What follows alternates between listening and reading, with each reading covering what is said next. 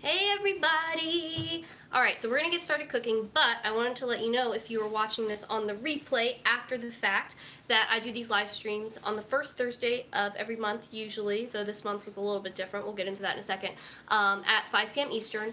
And if you want to make sure that you're here live when the live stream happens, then make sure that you click that little bell next to the subscribe button, and then you'll get notifications. That's the best way to know when I'm live, so that you can be here when it's happening and hang out with me and everyone else and chat and be a part of all of that.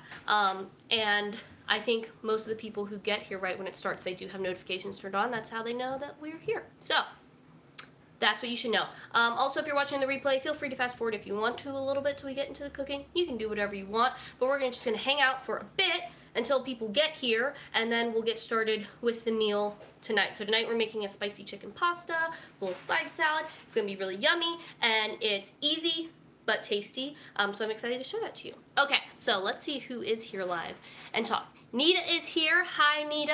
Jenna99 is here. Hello. Christina is here. Hi. I'm glad you guys are here hanging out. As you guys come on, more people, you know, say hello. Talk in the chat. Let me know you're here. Oh, Jamie says, hi, Sarah. Heading back to VA soon. I go to Virginia Tech. Very cool. So I guess, have you not started school yet? Because I know some colleges have headed back. But maybe not Virginia Tech. Felicia says hello, hi. Yeah, so we've got a few people here, awesome. And as many of you know, I always keep a tablet here with the live stream pulled up for myself, so that I can see your comments when I have the camera turned down and we're chopping and all that kind of stuff. Oh, Jamie's on winter break, still another week. Okay, that's cool. Well, enjoy your break. I hope you're enjoying the last few days of it. And that it's been a good one, and it's been refreshing for you, and will hopefully help you go into the next semester strong. Just so you know, I have been sick, so if I sound a little nasally, or if I'm coughing some, that's what's going on. I'm also going to try to be better about drinking my water during the stream today. Well, it's been a little bit of a saga. Susan says hello. Hi, Susan. It's been a little bit of a saga. Jason, my husband, got it first, so he started getting sick, I don't know, like a couple days after Christmas. So I was taking care of him, and then on like New Year's Eve, I started to get it. And so like all last week, I was pretty much worthless. I watched a lot of Netflix. I watched more Netflix in like 3 to 4 days than I have watched in the past 6 months probably. Just like, I guess I'll watch another movie. I did watch this whole series. It was just 4 episodes, they're 45 minutes. Salt, Acid, Heat. I don't know if you guys are familiar with that book. I think it's a good resource. It's a cookbook, but it's kind of like teaching you how to cook, and it talks about salt, fat, acid, and heat, and how those are like the core components to cooking yummy food. And so they did a Netflix series with the author of that cookbook, and there was like an episode for each element. I thought it was pretty cool. So if you guys, I mean, I think you guys would probably be interested in it if you're hanging out here with me watching me cook. So if you have Netflix, I'd recommend Salt, Fat, Acid, Heat. It's a good watch. Let's see. Oh, Christina starts school at TWU on Monday. Very exciting. So a lot of people still are waiting to go back. Nita says she hopes I feel better. Thank you very much. I'm getting there. It's kind of like at those lingering stages where I feel pretty good, but it's just not going away completely. Jason is still blowing his nose too, which I don't think bodes well for me, because he got it like 4 days before I did. And if he's still blowing his nose now, that means I'm probably going to be still blowing mine for the rest of the week. In the Future says hello from Central Illinois. Looking forward to seeing you cook the chicken dish. Yay, I'm glad you're here. Felicia says salt, acid, heat, fat. Love the lady who did that. Yeah, she's great. She's like such a charismatic, bubbly, I don't know, she's just a joy to watch. I think she's great, which is really cool, because I mean, just because someone writes a good cookbook doesn't mean that they're fun to watch on TV. But I really enjoyed it, and she seems to have so much fun, which I think really comes through and makes the whole thing more enjoyable. Jenna99 says, I've been working a lot. My job is a flower delivery guy. Yeah, I would bet, well, yeah, with the holidays and everything, that'd be really busy. A busy time. Okay, so I guess we'll get started. I've got some pans over here. I won't turn the thing yet because we're not really cooking, but I do have a pot with water, so I'm just going to throw some salt in there and get that heating up a bit, because y'all know a pot of water this big to cook pasta, it takes a while to heat up. So I'm just going to throw in a ton of salt to get that seasoned appropriately. and just over here to the side, and we'll get that heating up. So yeah, I've got, oh, I should have gotten some cough drops. Jason's in the background. Jason, when you get a chance, I don't need it like immediately, but could you bring in the cough drops? They're in my nightstand in case I need one. Yeah, see, I still got some of that going on. Christina says that the lady from Salt, Fat Acid Heat's so fun. Yeah, she's great. For some reason, there's like this little arrow that's covering up the most recent comments, so I'm gonna just look on here. Jamie says, my fave Thai dish is drunken noodles with soy nugget. Drunken noodles is so good. It's one of my all-time faves. So yummy. It's, I mean, that's one of the big reasons we grow Thai basil in the garden in the summer, because it's so delicious in drunken noodles. Okay. So what we're doing tonight, this is actually going to be really good for you if you've seen my video from a few weeks back. That is my most recent 7 foods I always have on hand, because in there I talked about a lot of staples that actually go together to create a meal, and 2 of those that I talked about in that video, if you haven't seen it, or if you just need a refresher, is whole wheat pasta and a jar of pasta sauce. I think these are essential to have in your pantry if you enjoy pasta, because you know, you can pull a meal together with this even if you didn't plan for it. Now, I did plan for this, but if I didn't have a plan, this is something I easily could have just pulled out and whipped something together. And also it's important to remember, like, because I was using this for a planned dinner, I bought backups to replace my stock in the pantry so that I still have it if I need something in a pinch. But tonight we're not doing in a pinch. We're doing, I planned for this to work out this way. So you might think, box of pasta, pasta sauce, pretty boring, maybe not the most exciting. That's literally, I just repeated myself by saying it a little bit different way. That's fine. I do that a lot. Jason makes fun of me for it, but it's just the way I talk. He's giggling over there. So I just lost my truth. Pasta being boring. Pasta, boring. No, it could be if you just cooked the pasta and did the sauce, which, by the way, totally fine if that's your jam. But I'm just saying, if you want something a little more interesting, you can easily make it that way. So we're going to cut up some things, and the first thing is going to be an onion, which I have in the freezer. Let me pull that out. Excuse me, sir. Okay, so I like to put the onion in the freezer before I chop it up, because it helps make it so it doesn't burn your eyes as much. I think it's a fun trick. And we're going to just get started with our chopping. I'm going to roll up my sleeves a little bit.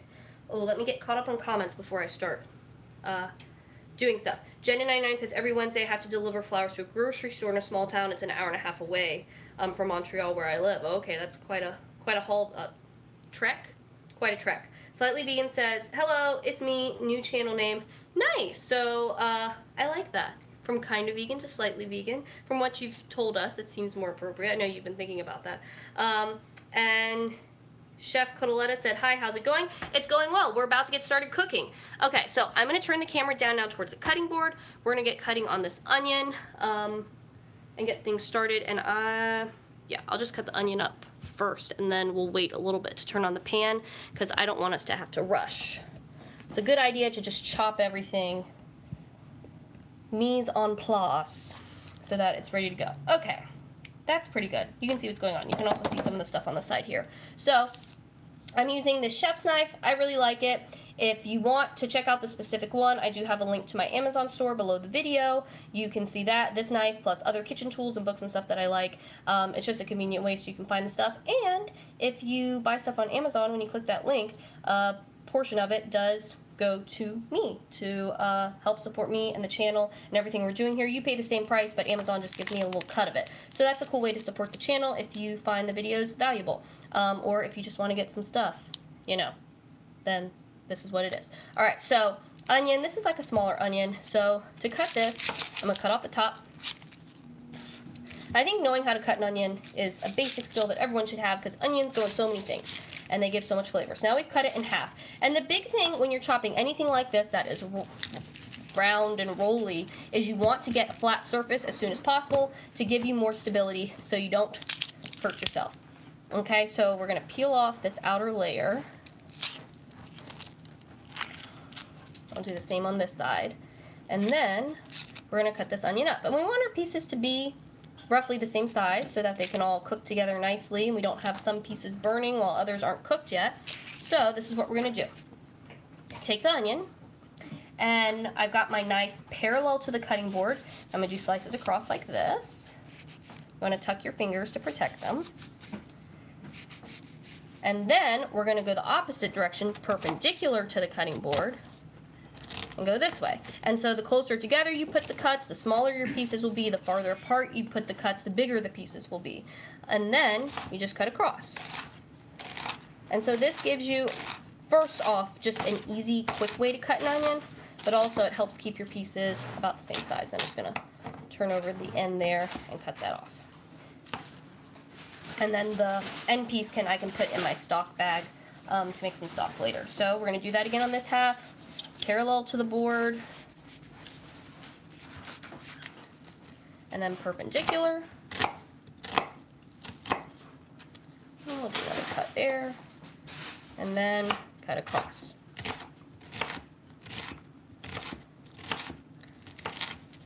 Got kind of a fat chunk there. And it's not about it being perfect. You know, this is not a big deal. It's just about making it as easy as possible and helping you to get the result that you want. All right, so now we've got our onion cut up. I'm just going to take this and kind of push it to the side of my board. And then we will move on to our next vegetable. Okay, so next thing we're cutting up is some mushrooms. I'm going to put this here in front of the camera. These I have already wiped off. So I got a paper towel, ran it under some water, and I just wiped off all the dirt. So these are ready to roll, and we're going to put this in the base of our sauce.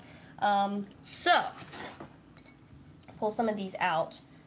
Maybe I'll dump them all out, and then I can put the cut bits back in the bowl for easy moving it to the pan when the time comes. Okay. So for these, Jason, do you want the mushrooms in like visible chunks, or would you prefer if they kind of just melted down into the sauce? I'm more of a visible chunk sort of guy, but I'll go with whatever. I'm trying to think what I want to do. Half and half. I guess I could do half and half. Bigger chunks is going to be easier, so let's do that. But I don't want super big chunks. So you do have an option here. If you want the mushrooms to be more subtle, you can do that. I think I'm going to cut mine in half and then just cut across like this. Jason really enjoys mushrooms, so I try to incorporate them often. And bigger cuts means that it's going to be faster for me.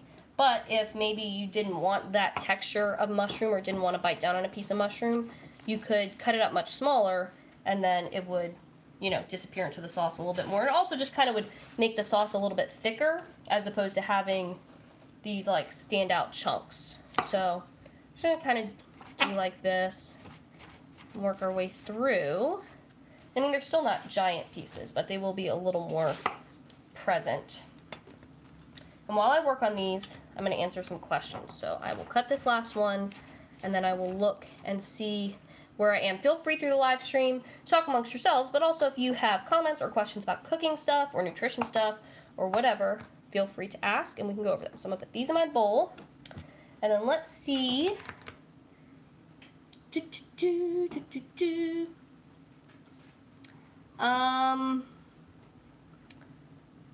Fresh basil. Do I sharpen my knives? Not really. You know, occasionally I'll do something. Scary onion slicing. Yeah, I'm always worried I'm going to cut myself on a live stream. Natalie says, happy Thursday, Sarah and everyone. Hi, happy Thursday. Ooh, do you prefer white onions or red onions? I like both, personally. I don't know about the rest of y'all. Natalie says they like all the onions. Yeah, I just kind of depends on what I'm doing. If I want the onions to be a little bit stronger of a flavor, then I'll use a red onion versus something like this where I just kind of want it to be the base. Like if I'm making like a salad in the summer where I'm doing like red onion and cucumber and tomato, that's an example of when I'd use red onion. Because one, you get that really nice color that you don't get with white onions, but also it has a little bit more of a strong flavor for a salad like that. Also in stir fries, I like to use red onions sometimes because, again, you get that color with it, which is nice. So if you want a little bit stronger flavor or if you just want that pretty color in your dish, then those are kind of the times when I personally would use a red onion over a white onion. I usually have both in my house, so I have the option to use what I want. And in the end, it doesn't matter too much. You know, if I don't have a red onion when I would normally use a red onion, it's not a big deal. And that's, I think, something that's important to know about cooking. Like, baking is a little more particular. You have to get the measurements right because it's kind of like a chemistry experiment. Everything needs to be in its right proportions or it's not going to cook correctly. But with cooking, it's not like that. You have a lot more freedom to play around and try different things and make substitutions, because it's not as exact of a science as baking is. And that's one thing I really like about cooking, is you do have that freedom to mix it up a little bit more, whereas with baking, I'm always making sure that everything's measured correctly, because I want to make sure that it turns out the way I want it to. But then again, for some people, I think with baking, they like that, because it's like, if I do it right, it should turn out right. Now, that's not necessarily always the case, because there's other little factors that get in there and can affect your baking. But generally speaking, if you follow the recipe, it should turn out pretty close, at least to what you're wanting. Okay, we're getting through the mushrooms. We're getting there. Yeah, this, I don't know if any of y'all have been sick. It definitely seems like there has been something going around, at least here at least. Several people in the family have been sick. Just some people we know, friends and stuff, have been sick. So it seems to be a thing, unfortunately. I was really hoping I wouldn't get it, but I did. And the worst thing about it is that it seems to be going on so long. Like, I've been more sick, like more intense illness, but you know, something that lasts for a day or two. But this has been pretty bad, and then going on for a long time, and now it's just in that lingering stage where my throat's kind of like dry and scratchy, and I'm coughing, and my nose is a little stuffy, but not super stuffy, just kind of not fully going away. Okay, I'm gonna check for more comments. Oh, Jen99 is talking about a Netflix show called Final Table. They recommend it. It's a cooking competition where the contestants have to make a type of food from the country of the day. Huh.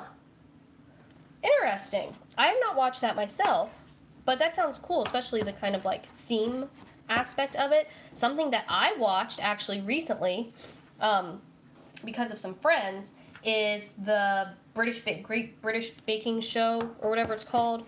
I had heard, I don't know if any of y'all watch it, let me know, but I had heard so much about it, especially on Twitter. I feel like I saw a lot of people talking about it.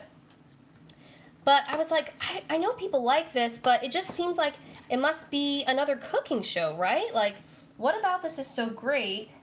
And I feel like I can never watch all the things I want to watch, so I just was not very enthusiastic to try to get into it. But I watched it with some friends because they had it on, and it is pretty good. I don't know why. I thought, like, oh, it's just like every other cooking show. But something about it, I don't know if it's because they're British, so that adds, like, a different element or something. Maybe that's it. They make a lot of things that necessarily I wouldn't make or haven't made before. Or maybe I just like their accents. I don't know. I don't know if any of you guys are fans, but it's really fun, and they make so many cool dishes, and they're all amateur bakers, so it's really fun to see like what they're able to do, and there's such a range of ages too, which I think is really cool. It's pretty fun. Let's see.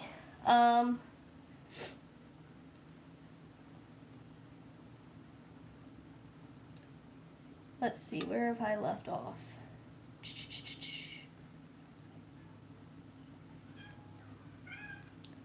Oh, someone asked, oh, we've got cats meowing in the background. In the future says, my daughter was sick, got better, then got sick again. Oh, that's the worst. Susan says, do you battle with snacking? No. That is kind of, I wouldn't say a loaded question, but your question brings up a lot more questions for me. Now, of course, as with all of these videos and, you know, the stuff I do online, just a little disclaimer that it's general information. It's not to cure, treat, or, you know, diagnose any condition. It's not a substitute for talking with your own doctor, dietitian, or other health professionals, just general info. But when you say battle with snacking, the first thing that stands out to me is the phrasing of it, battle. A lot of times, that's common, I guess, is to have, like, the language you use around food be like it's a fight, or like you have to, like it's the enemy and we're fighting it, or we have to resist it, or it's our weakness, or things like that. which is not the case at all. Like, we have a desire for food because we need food to live, and it's really good that we want to eat food, because if we didn't, we might not do it, and then we wouldn't get the food that we would need, and the nutrients that we need. As far as battling with snacking, you know, snacking is not bad. Having snacks, I have a snack on a lot of days, probably most days. It depends on my schedule and how much I eat at different meals. If I have a larger meal, then I'm not going to be hungry for a snack, that sort of thing. But I usually have some sort of snack, I would say. So snacking is not bad. Now, so there could be other things. Maybe you're mindlessly eating, so you're just eating things because they're around or because you're bored or something, or that could be what you're talking about. Which, if that's the case, it's more about being mindful. Moxie! I have a cat mewing. I think he's okay. I'll have to check on him in a second.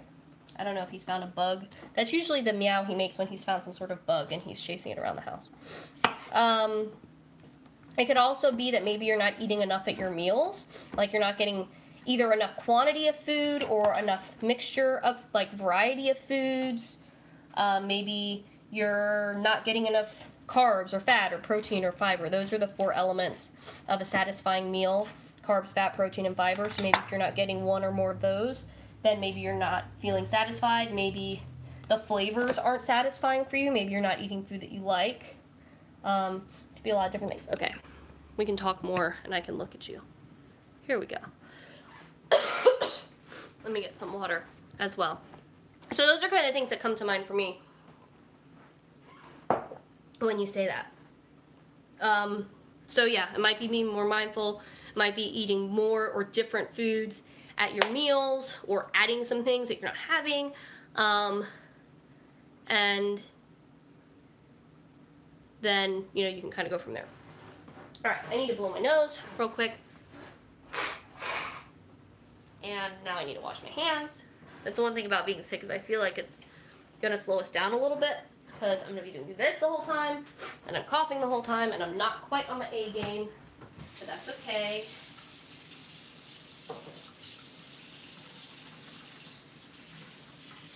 And that is, by the way, I know I mentioned at the beginning of the live stream, that's why we didn't have a live stream last week, because I was laid up in here like a zombie. And I certainly was not in any shape to be cooking even for myself, much less on camera. Okay, so we've got the onions cut up, we've got the mushrooms cut up. We have one more thing we need to cut, but I'm going to try to catch up on a few comments and just get us at least somewhat closer to current. Natalie says, I met with my dietitian today to help me realign with my health goals. Always refreshing meeting with her. That's awesome. It's awesome that you have a dietitian that you like and get along with. Oh, Jennings talking about that cooking show. For the American episode, they did Thanksgiving dinner. Yeah, I guess that is kind of like an American classic, you could say. Oh, Susan says, like, going for junk food instead of healthy foods. And Jennings says, for someone like Susan, I like to remind them that it's your job to help people improve their eating habits. Sarah can help you if you want, or any other dietitian. So that's a really good point. So a lot of this stuff is so individual, and a lot of times when we have these discussions on the live streams and we're doing, you know, question and response, a lot of times I say, well, it depends on if it's this, or it depends on if it's that, or it kind of makes me wonder about this. So if you need more individualized help, consider working with a dietitian one-on-one. That could be me. I do work with people virtually, so you don't have to be like down the road for me to work with me. Or it could be someone else maybe, but finding a dietitian that works well with you, just like any other type of doctor or therapist or any kind of person that you're working with, for something that's personal, or even, you know, for any type of service-based thing, it's important to have someone, I think, that you mesh well with, that you're, you know, you get along with well, that kind of clicks with you. So finding that right person, could be me, could be someone else, but doing that so you can get that consistent and personalized help with what you need help with, because that really does make a big difference. You know, you can do watching my videos, watching other videos, looking at other resources and things like that, but when it comes down to it, if you need more individualized assistance, working with someone one-on-one can provide that for you. So definitely consider that if it's something you think you need more help with. As far as wanting quote-unquote junk food instead of healthy foods.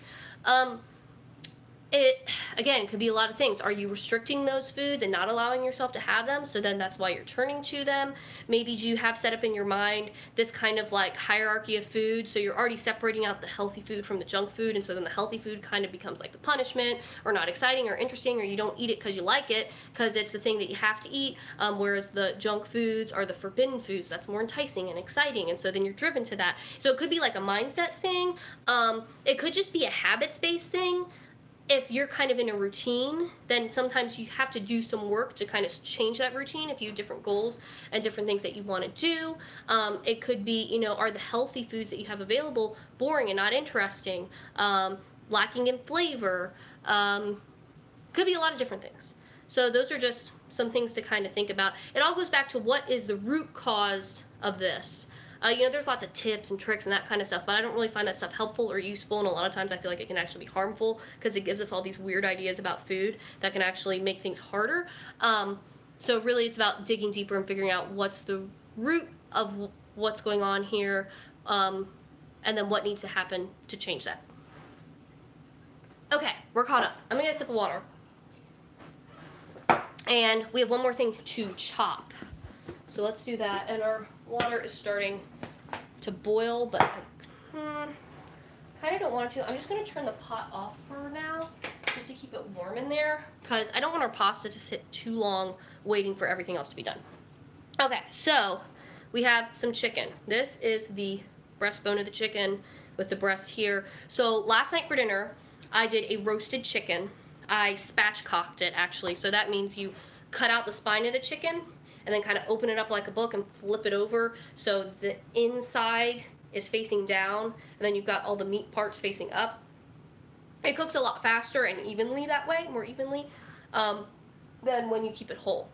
So that's fun. I did that last night.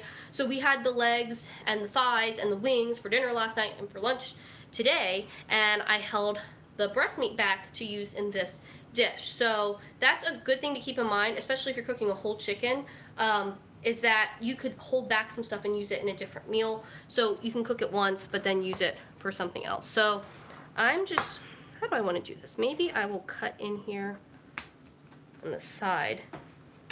And because I'm going to be cutting this up, it's not really important for these to come off in like whole pieces or be really pretty. I'm just going to kind of tear them off of here. Do another little cut on the side so I can get in there. And then I'm just gonna shred this into smaller pieces to go in the pasta. I could cut it, but that would give it more of like a uniform cube kind of shape, which I do that sometimes when I use the meat like this, but I don't really, this isn't the most beautiful thing, but it's delicious. I don't really want that. I want it to be a little more just kind of like shredded and not so perfect for this, because I feel like it's too much of like cubes. I don't know, it just doesn't feel right for this dish to me. So we've got more meat in here. I'm just pulling it out, and then we'll shred it up. Let's see. Trying to get all the little bits out, and then this bone here, I've got the back that I cut out, the spine that I cut out last night in the fridge, along with all the bones from all the other cuts as we ate them, and hopefully Jason brought home the bones from his lunch. If not, it's okay.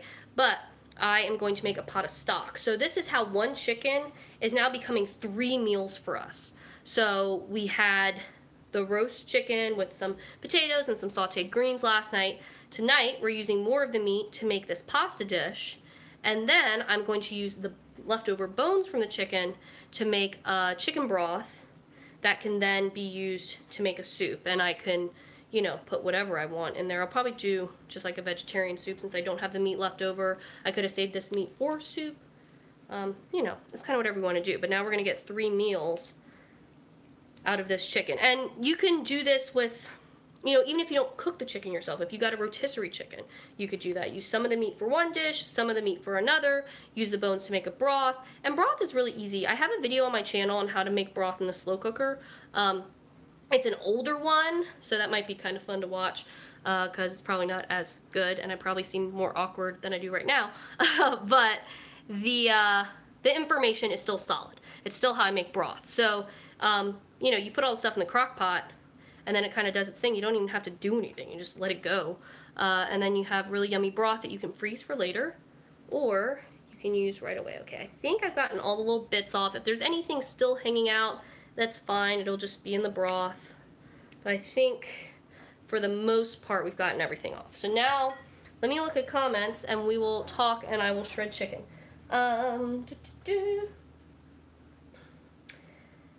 Slightly Vegan says, keep your tree up until you can put red, white, and blue lights on it for the 4th. Yeah, the tree actually wasn't in the December live stream, but it's made to the January live stream.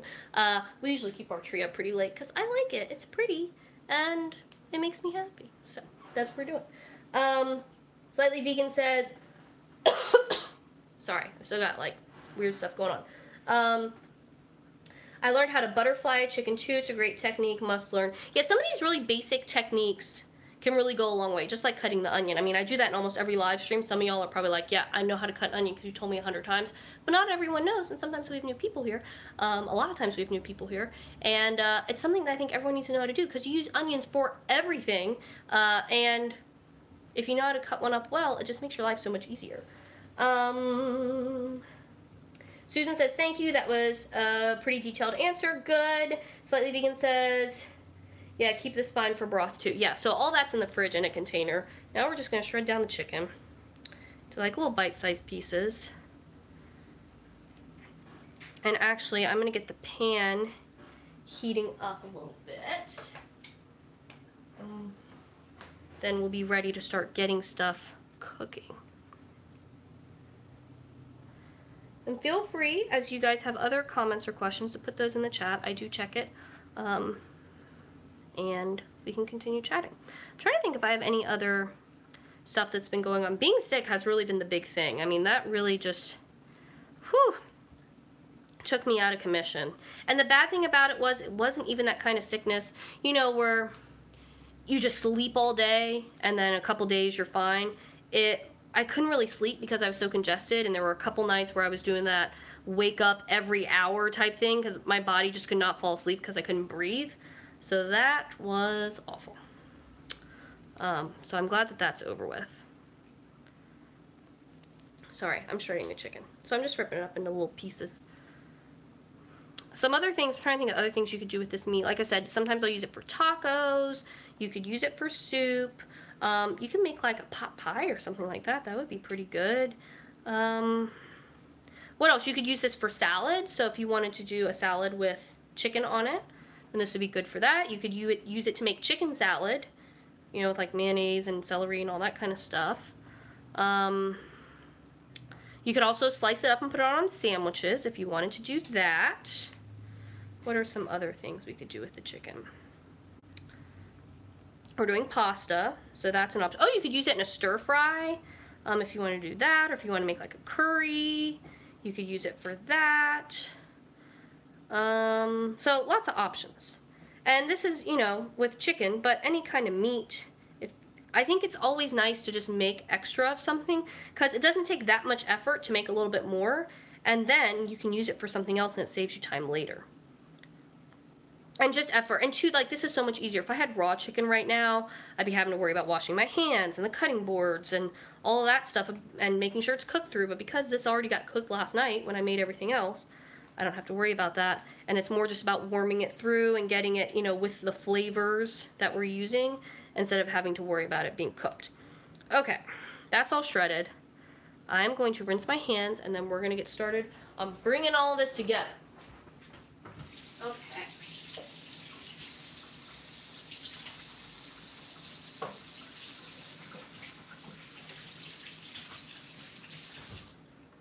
Also, I didn't say it at the beginning, but Happy New Year, everyone. I hope you're having a good start to 2019, and hopefully you didn't get sick like I did right at the beginning of the year. But I'd love to hear about, you know, how the start to your year is going. If you have any big exciting plans or anything like that. I'm just putting a little olive oil in the pan here, and I'm going to turn this other pot back on to get it boiling so I can get the pasta going in there, and then we'll start cooking. And I need more water. Oh, we got some new comments. Is beef more nutritious than chicken? I wouldn't say more nutritious, just different. It's gonna have a little bit different nutrient profile. I mean, that's something that you could just Google, really, is nutrition in like a certain amount of beef versus chicken. And it depends on what cut of beef you're using as well, what part of the chicken. Beef's probably gonna have a little bit more iron. It's gonna be more down to like the minerals, the fatty acid profile is gonna be a little bit different. And then also, depending on what cuts you're using, the fat might be a little bit different. So it's gonna be different, but then it's also gonna be very similar in that they're both sources of fat and protein. But a lot of it's gonna come down to those minerals. Jen in 99 says, I know how that feels. I'm guessing you're talking about being sick. Christina says, have you ever tried everything bagel chicken? I haven't, and I don't really eat bagels, but I mean, it's just like garlic and stuff, right? Sesame seeds, something. That sounds good. I think that sounds good. I put a lot of garlic in everything. I put garlic on this chicken. Oh, our water is boiling. Okay. Let me... Slightly Vegan says, today I watched a YouTuber eat raw chicken on his channel. Do not do that. Let me just say, we do not need to be getting salmonella up in here. Okay, our water's boiling. So I've got pasta. You could use any shape you like. I'm using this whole wheat penne from Wegmans. I love Wegmans. I think the Wegmans brand stuff is really good. If you've seen any of my grocery hauls, you know I buy a lot of Wegmans stuff. All right, water's boiling. So I'm just gonna open this up, get it in the pot, and this needs to cook for like 10 minutes. Okay.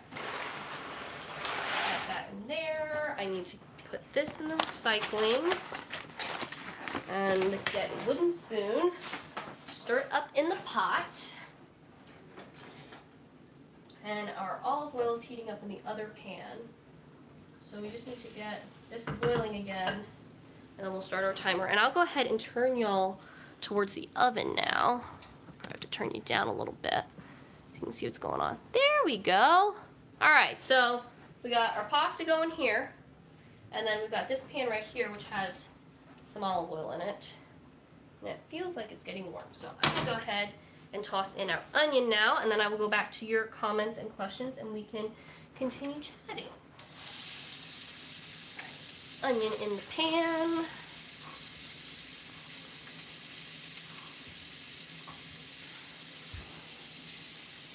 Rinse my hands off.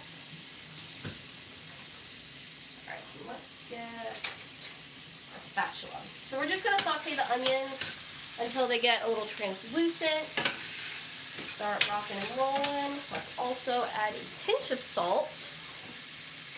This really shouldn't need much seasoning because the sauce is already seasoned since we're using a jarred sauce. But I still want to add some layers of flavor as we go to the fresh ingredients that we're adding.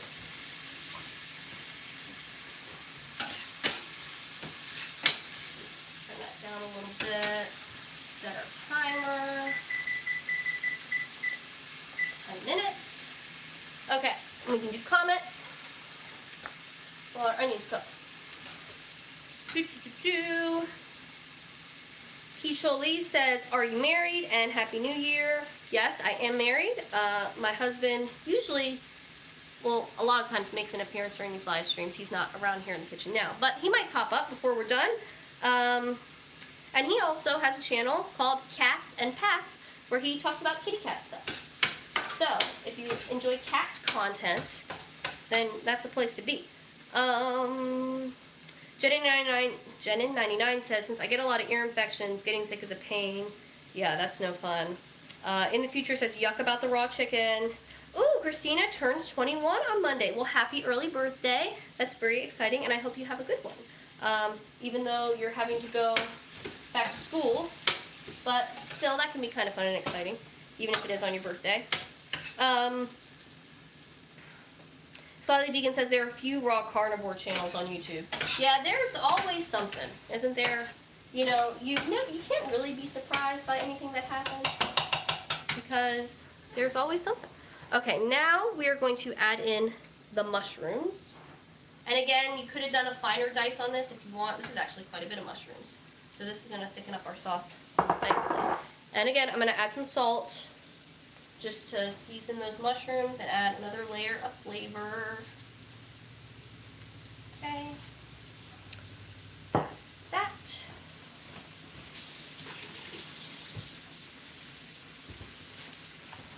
And so this is a meal that can come together fairly quickly. I mean, obviously it's taken, as with all the live streams, it takes a little bit longer than it normally would because I'm moving cameras and demoing and explaining and stopping to answer questions and chat with you guys.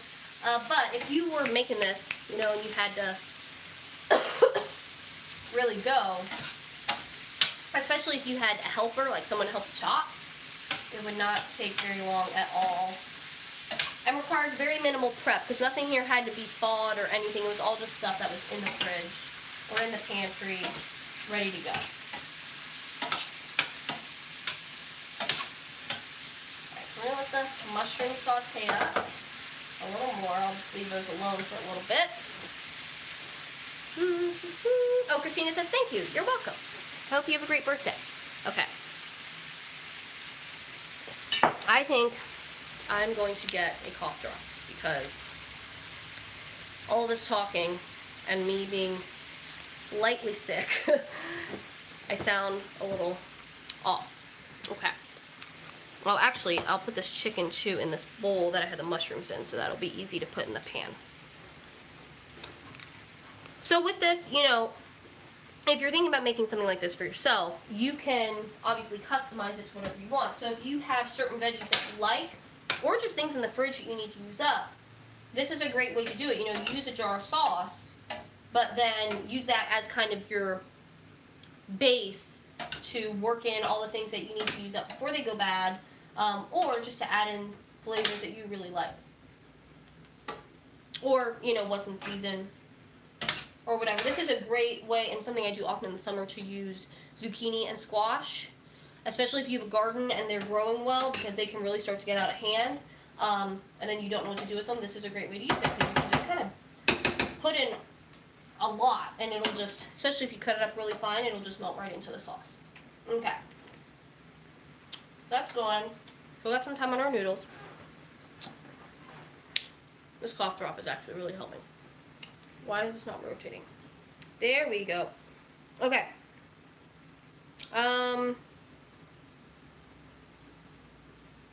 Oh, Jenna99 says, I've talked about in the past stream where I saw a YouTube video where 2 women were eating at the Heart Attack Grill, which if y'all aren't familiar, it's like this restaurant where their whole concept is everything's like very over the top and extreme,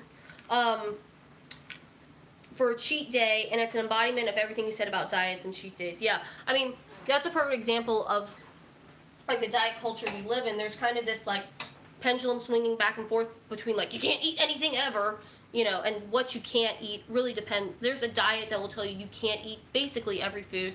So, you know, you end up over here in diet land, and then a lot of times people swing back the other way and they, you know, have a cheat day or something like that, and it's just kind of like this binge, free-for-all, extreme way of eating, and it's very chaotic. You know, it's back and forth and back and forth, and also your mindset around food becomes really skewed. So instead, not restricting, enjoying all foods, not putting foods on a pedestal. I think that really is one of the keys to eating well, and also just having a fun life. You know, like if you have a favorite food, going your whole life without eating it is not very enjoyable. So we're trying to have quality of life here as well. And part of that is eating well to nourish your body so you're getting the things you need. But part of that is also like being able to enjoy the foods that you love, or maybe foods that are part of your cultural traditions, or a celebration, or just things that are really, you know, something that you really like, whether it's a celebration or not. So those are the things I always try to keep in mind. All right, mushrooms are doing their thing. Now I'm going, well, the mushrooms are releasing quite a bit of water actually, which I'm not loving. I'm going to turn up the heat a little bit and try to get this water cooked out of here. Or maybe, actually, let's just skip it. I'll tell you what I was going to do. Perfect example of how things don't always go according to plan, and that's okay. I was going to put in some fennel seed, And my plan was, I didn't want to put this in first because I didn't want it to burn while the other things were cooking. And I thought, after I did the onion, oh, maybe I should put the fennel in now. I'm like, well, I don't know, then I gotta put the mushrooms. Is that gonna be too much? The fennel might burn. I'll do the mushrooms, then I'll do the fennel. But now that the mushrooms have released quite a bit of water, which I can bring the pan up and show you, you can kind of see, not really. Because if I tilt it too far, I'm just gonna pour hot mushroom water all over the table. Take my word for it. There's a lot of water here in the bottom of the pan.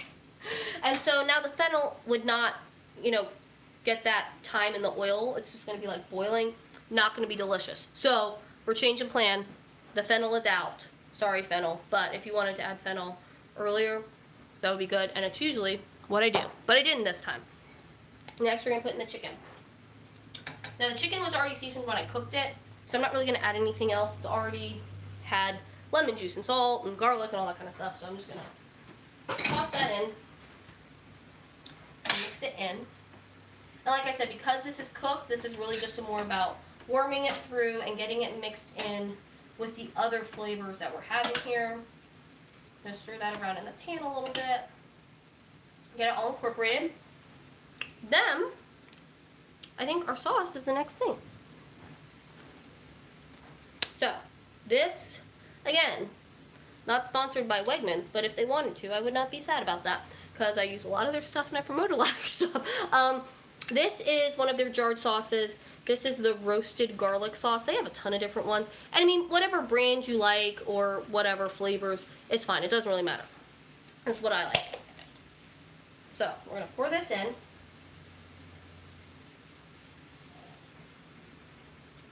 And actually, I'm going to go grab a spatula because I do not want to waste any of that yumminess that is in there. Okay, first we'll get the stuff that's on the lid. Get that in the pan. And then we will get the stuff from the jar.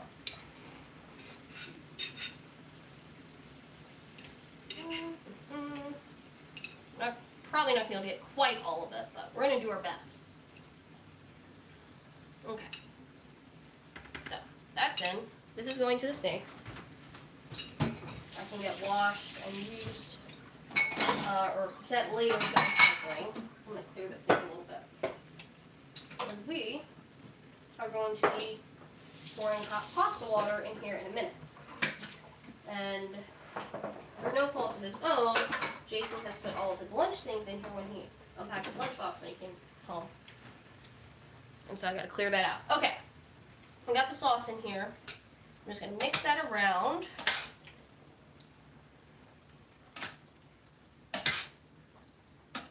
I get that pretty well incorporated. Our pasta's gonna be done in about 30 seconds. So, I said we're making spicy chicken pasta, right? This is the spicy part. Got red pepper flakes. So I'm just gonna kind of load this up. Obviously, if you do not enjoy spice, you do not have to add this. This is all, you know, this is not a recipe. It's just me making dinner, right? So you can make whatever modifications as you feel comfortable, as you desire, based on your preferences or what you have. This is just an idea to kind of get you going. All right, pasta's done. Let me mix this a little bit. And we're just going to let this bubble away. Okay, and now I'm going to go drain the pasta. So I'm going to go to the sink. Hopefully you will just hear water pouring into the sink and not me burning myself. But in case that happens, it's been fun. Let's hope we don't have to go to the emergency room. Okay, let me turn off the burner. Here we go.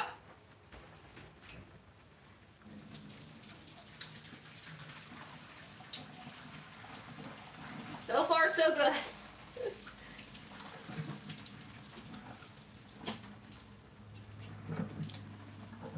Last little bit.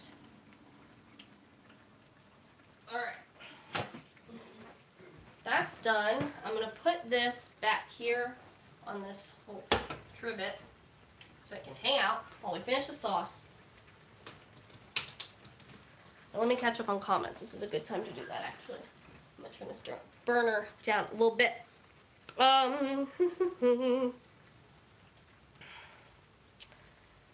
Oh, back to what we were talking about earlier, Jenna99 says, I view the Heart Attack Grill as a restaurant that would make me sick and a restaurant that's designed to make people sick. Yeah, I mean, I remember seeing stuff about that like 10 years ago. I'm not super familiar with what's on their menu, but it just seemed like, you know, when you eat something and it probably just feels like this is way too much of everything. Kind of overwhelming, I guess.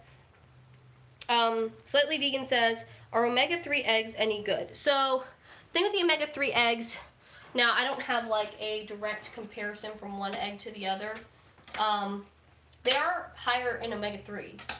And the only reason that is because just like meat, same with eggs, their nutrient composition, part of that is from whatever that chicken was eating, right? The chicken eats just like us. The chicken eats the food, their body takes what they eat, breaks it down, and puts it back together for their body or for their eggs. So, chicken's diet affects what nutrients are in the eggs. That's why like pasture-raised chickens that are out eating insects and, you know, have a more varied diet are generally more nutritious than maybe a chicken that's in more of like a factory farm setting and getting just like chicken feed. With the omega-3 eggs, typically what's going on there is there's some sort of omega-3 supplement in the feed. Now, I'm not 100% sure of like what's used for that or what their options are, but there's something in the food that chickens are eating that's high in omega-3s, and so they're getting that in their diet, and then that's coming through in the eggs. But like I said, I don't have a comparison of like how much omega-3 in one egg versus the omega-3 eggs and all that, like what the difference is. But that's how that's being achieved. Now, omega-3s are important. We need omega-3s. They're not like magic or anything, but they're an essential fatty acid, and we need them in our diet. So it's good to include foods that are sources of them. And eggs are going to have some of that, and varying levels depending on, just in general, but varying levels depending on the diet of the chicken. Now, for the omega-3 eggs specifically, they're supplementing the chicken's diet with omega-3 to bump up that number. Okay, so we're going to let that simmer, and I'm going to put these onions in the compost bin, or no, I'll save these for stock. Let's leave these over here. So next thing we're going to do is make some salad dressing, because we are having arugula salad with a pasta. So I've got the Wegmans arugula. Like I said, I buy a lot of the Wegmans brand stuff. You know, if you wanted to do this same style of meal, any type of greens would work that you like, or it's on sale, or you have available, or whatever. I like arugula. It's peppery. It's a little more interesting than maybe just like a regular lettuce. So that's what we're doing. We're going to make salad dressing. Now, we have a little bit of salad dressing here left over in a jar, so I'm just going to kind of add to this. You know, if you're making it from scratch, then you would just make it in an empty jar. But I've got some olive oil. I like this Castle Green's olive oil. I think it has really good flavor. It's good quality. That's also linked in the Amazon store if you want to check it out for yourself. Cats are meowing. But when you're making salad dressing, if you're making a vinaigrette, it's oil and it's vinegar. Today we're using balsamic vinegar. You could use red wine vinegar. I don't know, whatever kind of vinegar you want. It doesn't matter. Whatever you like. And it's usually somewhere around 2/3 olive oil to 1/3 vinegar to more half and half. I usually go closer to half and half because I like sour and acidic foods and I just prefer that flavor more. But, you know, it's not an exact science and you can kind of just do whatever you want. So I just eyeball it. I'm just going to pour some oil in here. Like I said, there's already some dressing in here, so it's really not exact. But, what? Don't mind me bumbling around on here. Yeah, Jason is That's walking. water. I was like, why does this pitcher take so long to fill up? Jason's in the background, bumbling around. Okay. Packing my lunch, not just bumbling Just about. packing his lunch. Because food is important or something. Yeah, you gotta eat, as the Checkers song tells us. Hashtag sponsor. Yeah. You know what I need to go reply to? I got a comment today on one of my videos that was like, is this video sponsored by the food industry? Because if it is, you really need to put a disclaimer because it seems like it's an ad or something. I was like, no, calm down. I think it was like the keto video. Probably the keto video. That seems to bring out odd comments. There are more people talking about keto and Whole30 and whatever else. Like, at work, sorry. At work, I've heard so many people say, I'm doing this, I'm doing that, blah, blah, blah. I'm It's like, New Year's time. I'm just eating my almonds. Yeah. Yeah, I'm surprised we actually haven't talked about that in the live stream. This time of year, it's awful. I mean, I like this time of year, generally speaking, but in terms of like diet talk, it's awful. Because everyone, you know, this is New Year's resolution time. Oh, we're putting in some Dijon mustard, but it just squirted out on me. This acts as an emulsifier, which means it helps the vinegar and the oil mix together. And this is almost empty, so it doesn't want to come out. Unrelated note, what's that book you like to give people that are having babies? About food? Child of Mine by Ellen Satter. Maybe that's it. It's a good one. Some of the information in that. Laura? Oh, baby led weaning. I think it's good. I mean, there can be some problems with that where it goes too far and it's like, calm really? down, you know. Wait, in that book? Somebody at work is having a baby, and I was wondering if it would be good to get for them. I think it's good. There's actually a book that Mel wrote, Melanie Potok, who's a speech language pathologist. But I've worked with professionally. I also just know her. She's nice. And we also have a pediatric nutrition course together. So maybe you could tell your friend to go get the pediatric nutrition course that I made with Mel. If you go to mymunchbug.com, you can find it. Or melaniepotok.com, I guess. He's more of a book sort of guy. Okay. Well, anyways, that's a course if you guys are interested, if you got little ones, that you can get. But, and if you're watching the replay, I'll try to remember to put a link to that in the description. Yeah, baby-led weaning, I think, is good to help people realize that your kid can eat food, like they should be eating the same thing as the rest of the family, and you shouldn't be on purees forever and all that kind of thing. Sometimes they can get a little too extreme where people are like, it's like, okay, we still have to keep your child's development in mind. Mel's book is Baby-Led Feeding. Interesting. So that's a good resource. Have you read that one personally? I've not read through it personally. No, I'm curious. Mel has some, well, there's also Raising a Healthy Happy Eater. So that's written by Mel and Dr. Namali Fernando. So Dr. Fernando founded the Dr. Yum Project, which is a nonprofit that I work with as a dietitian. So Raising a Happy Healthy Eater is a good book. Like I said, Child of Mine by Ellen Satter is good, but with that, it is a little bit outdated because it's just, they haven't had a new edition, so some of the information on like introducing allergens and things like that isn't up to date, so that's something to keep in mind, but the general mindset of how to treat food and introduce children to food is, it's still a great book. Do you think the Mel book or the Dr. Namali book, do they do stuff like still like, your baby can eat this thing of celery or whatever? What? Let's look up that sort of thing, or is it kind of separate than that? Well, it's a little bit different. Oh.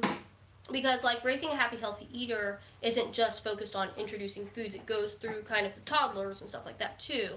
I think it's good to have a variety of resources. There's also, I have so many books on my bookshelf. There's a book called Born to Eat. I think some of that is good. It's not as detailed, so it might be a little vague. The books have their pros and cons. That one's not as detailed, so it might be a little more easy to grab onto. But I didn't mean you had to launch on sorry, Jason's hijacked the live stream, and he's not even on camera because Secret is currently in a towel. So that's why he's a disembodied voice. Salad dressing. We put the stuff in the jar. We're mixing it up. Sorry, we've really gone off the rails here, y'all. I mean, it's still relevant. Well, it's something I did want to forget to ask you about. Yeah. Maybe So if you're interested in feeding kids, those are some resources. A lot of those books are linked in my Amazon store if you want to go over there. Hashtag Amazon. Hashtag we buy everything on Amazon. No, but most of those that I mentioned should be linked over there. And, you know, if you're trying to add to your library. Okay, so we're just shaking the salad dressing. Great job for kids. Super fun. Salad dressing, done. It's easy, especially if you don't take a pause to talk about all the books about feeding children. Jenna99 says that, Jason, you are lucky to have a dietitian as a wife. I mean. Oh, thanks. I think so. I'm lucky to have such a cool cat as a husband. I think we're pretty great. I think you're pretty great. I think we're a pretty great team. We're pretty awesome. We're pretty awesome. Okay, Christina asked, what are your thoughts on Whole30? Oh, and also, Christina got Born to Eat at Vinci. Oh. Do you have a Whole30 video? I don't know if I have a Whole30 video or not. You This should probably be a topic. I probably should have done it before the new year. Hashtag strategy. You made that. All right, well, we talk about Whole30 because we are supposed to be cooking. I'm gonna cut up some basil. And I'm not gonna turn the camera down because I feel like that's gonna be a little bit of a pain. And I don't want to drag this out, but I'm just plucking basil leaves. I should have been doing this while I was talking about feeding kids. Whole30.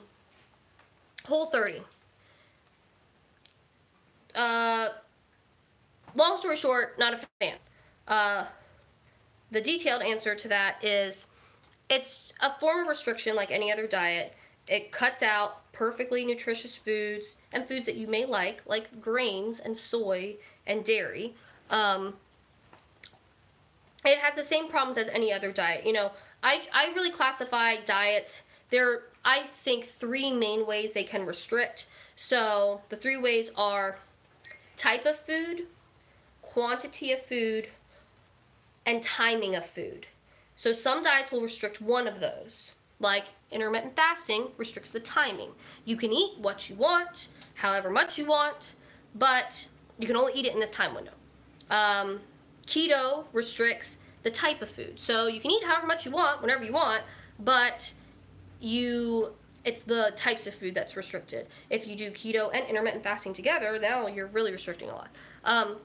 Whole30, so I point that out because sometimes people will be like, well, you can eat as much as you want on this diet, so it's not a diet. Or you can eat whatever you want on this diet, so it's not a diet. It's like, no, there's still some type of restriction going on.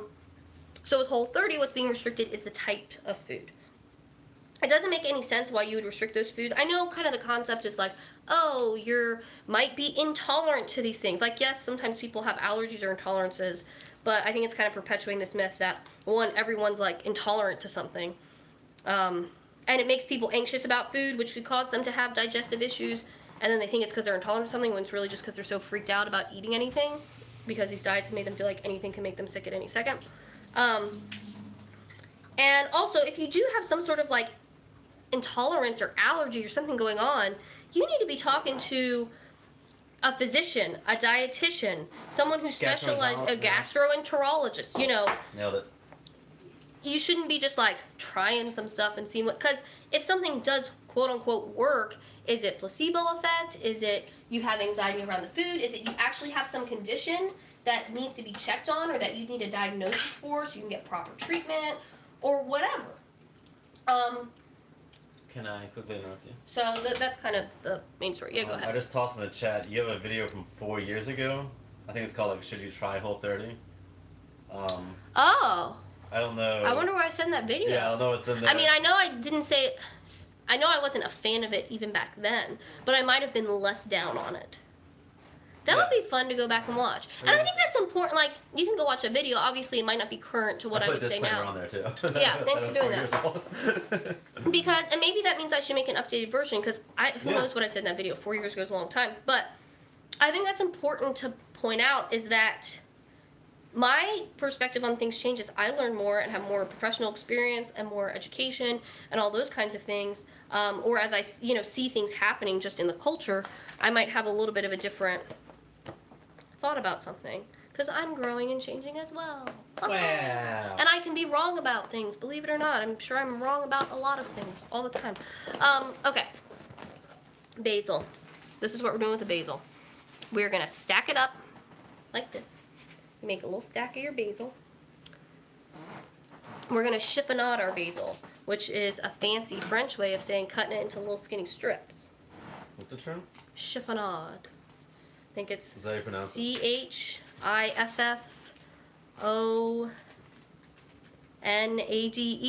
That's what I'm gonna guess. So we're stacking up the basil, stacking it up. Then I'm gonna roll it. I'm not turning the camera down because it's just a lot for just this one thing. I'm gonna roll it up into a little strip here. You want me to just aim it? No, it's okay. And I'm running my knife across the strip. So then you get this. Chiffonade. Putting it all over the table. Okay, so we're going to take our basil that we have done the chiffonade on, and we're going to put that here in the thing. and let me look at the chat, because I haven't looked at the chat in a long time. Because I've just been talking. In the future says, gotta go enjoy your dinner. I'll watch on the replay. Bet you're already gone, so goodbye. See you on the replay. Sorry I didn't catch you when you're still here. Slightly Vegan says, I need to make some sort of greenhouse for my basil plant. San Diego weather stunted its growth. Yeah, I got this at the grocery store because it is January. In Virginia, I could grow some on the counter, but we don't get enough light through our windows to grow really any indoor plants. Yeah, it might have to be like a back room or something. But yeah, it wouldn't really work. Or you move it with the sun. Yeah.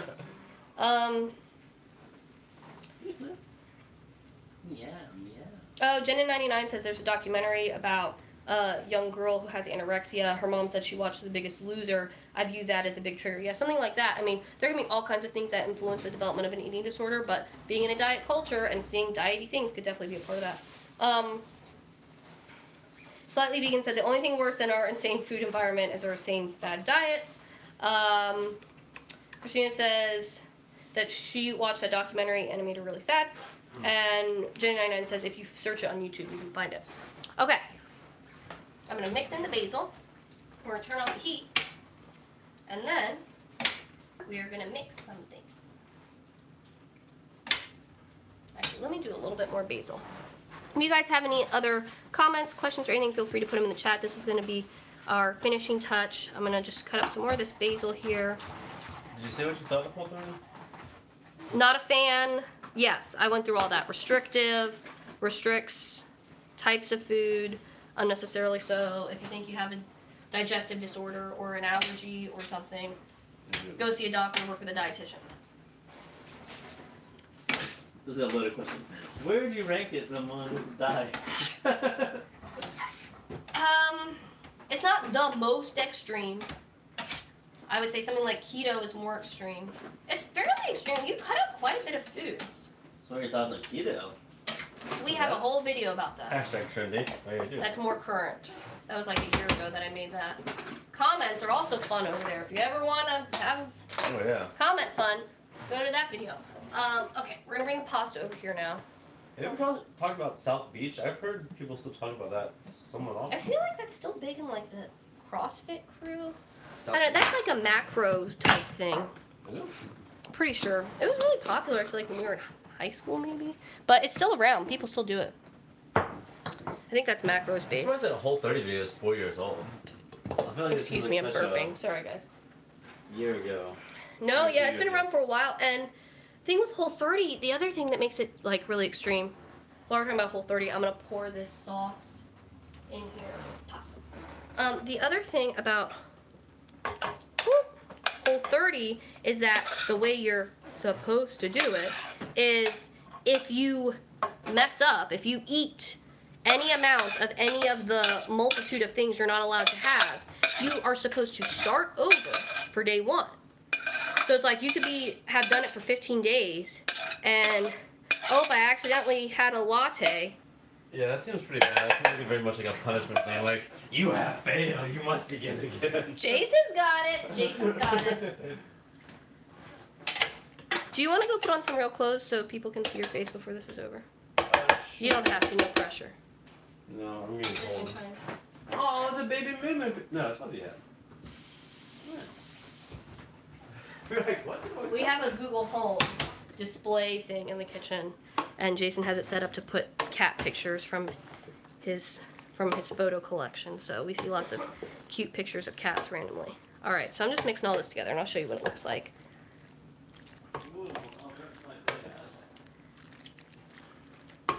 Okay, so we've got, let me get a plate. Get one out of the drain here. Bum, bum, bum. Comments. Slightly Vegan says you could do grow lights for the indoor plants. I do have the grow rack that I use for seed starting, but we took that down for the winter. I've done that for because we don't have a separate space for it, so when it is up, it lives in our bedroom and it takes up a lot of room. Slightly Vegan says Whole 30, only 30 things you're allowed to eat. Probably. No, it's categories of food. So yeah, I think it's like you can't have grains, you can't have soy, you can't have legumes. I don't know. Don't worry about it is what I would say. I don't want to give anyone directions on how to do Whole30 or encourage you to go look into it.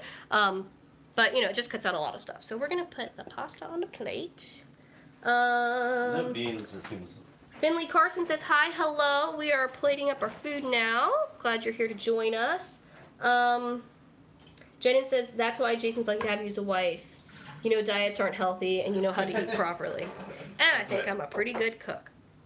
Oh. All right. Tell me, did you make pasta because of BTS? I did not, but I thought you might think that. All right, one more comment, and then we'll chat a little bit. Janet99 says, how would you help a young kid with an eating disorder? I am not an eating disorder specialist, so I would not. But if I had someone come my way that was in that situation, I would recommend to them that they go see an eating disorder specialist. So if you didn't understand Jason's comment, many of you know I am very into BTS, Korean music group, and they have a show called Run BTS. And it's kind of like reality variety show. Yeah, variety show. They do different challenges and things. It's really fun. But they did a cooking challenge, and they made pasta. But that did not inspire this. It's just a little bit of a coincidence. Did you see that the second Masked Singer was unveiled? I have not watched any of those, but I need to. Yeah. I've been trying to avoid the spoilers. Oh, Masked Singer is a TV show. Oh, don't tell me. Is a TV show names. that's out right now, and it's based on a Korean show, which I would not know if I wasn't into BTS, but I knew about it because of BTS. All right, food. What are we doing? So this is what we got. Plate it up. We got some pasta. We got chicken. You can see the basil running through there. Also, I think we have Parmesan in the fridge. I'll grate some Parmesan on this before I eat it. And then we've got our arugula salad with a quick balsamic vinaigrette. Simple, quick if you're not recording yourself and instructing people on how to do it, and can be adjusted to whatever you have on hand. So, go ahead. I'd say it's one of my favorite meals, I think. Oh, really? Because, multiple things. One, this tastes good. Arugula I think is just more fun in general, so kind of like the spicy saladness. Yeah, this tastes awesome. The basil notes are awesome. I love mushrooms, so that's a thing. Also, I think eating noodles is just kind of fun. So you can like, bite it in half and like have it on your tongue and stuff. And it's also really filling. And it's also very easy to pack up and eat. Like, it's like a really good like take to work food because like you just put it in one thing and like it's easy to eat with a fork. Like today I had great leftovers. Yeah, today I had roasted a chicken thigh with some potatoes. So like you microwave this thing and it's it's got its fat in there and it's like the chicken or the taters on there. And like I'm trying to use a fork, but I also want to get the meat off the bone, so I'm picking this thing up. But then my hands are all sticky, so I need to walk to the bathroom. You don't have to worry about all that. This is just like fun, easy portable deliciousness. Yeah, good points, good points. I'm glad that you enjoy this. That's good to know. Eagle Eye says hi. Hello. Slightly Vegan says looks good. Jenna99 asks what our cats are like at the vet. I'll have to go into that when I start making my videos again, which was supposed to be beginning of this year. And then we got the plague. Yeah. And Susan says, looks yummy. Thanks for your time. Thanks for joining me. I'm glad that you guys are here hanging out. It's really fun. I always like hanging out with you guys on the live stream and chatting and answering your questions and cooking and all that stuff. And I really appreciate you being here. And I hope you're having a great start to 2019. We will have lots of new adventures in the new year. I know I haven't been posting as much here lately, but I'm going to get back on track now that I'm not with the Deathly Plague. 2 weeks or just yeah. And we're going to have a great 2019 together. So, love you. And we're going to eat dinner, and I will talk to you in the next video. Bye!